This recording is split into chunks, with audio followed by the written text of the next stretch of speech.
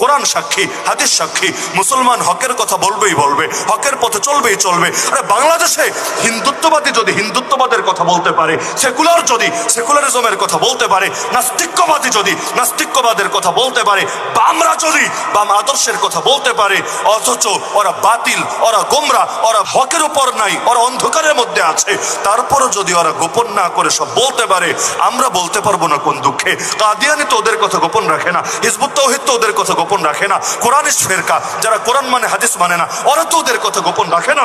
আমরা আল্লাহর বান্দা হয়ে আল্লাহর জমিনে থেকে আল্লাহর হাতে হায়াত, আল্লাহর হাতে মৌত, এই কথার বিশ্বাস রাখার পরও আমরা গোপন রাখবো কোন দুঃখে? সুতরাং এখন থেকে নিয়ত করেন, এটা যতদিন আল্লাহ বাঁচিয়ে রেখেছেন, এই হায়াত বিক্রি করে দিলাম আল্লাহর কাছে, একটা বিধানও গোপন করব না, সবগুলো কথা বলবো এবং যতটুকু সম্ভব সর্বোচ্চ পরিমাণ দ্বীনের উপর চলবো। এতে যদি গালি দেয়, আরে দেখ না, এতে যদি ষড়যন্ত্র করে, করুক না। দুনিয়ার কারো গালির ভয়, হামলার ভয়, মামলার ভয়, জেলের ভয়, জুলুমের ভয়, গুমের ভয়, আয়নাঘরের ভয়, ক্রস ফায়ারের ভয়, ফাঁসির ভয় আমরা আল্লাহর একটা বিধানও ছাড়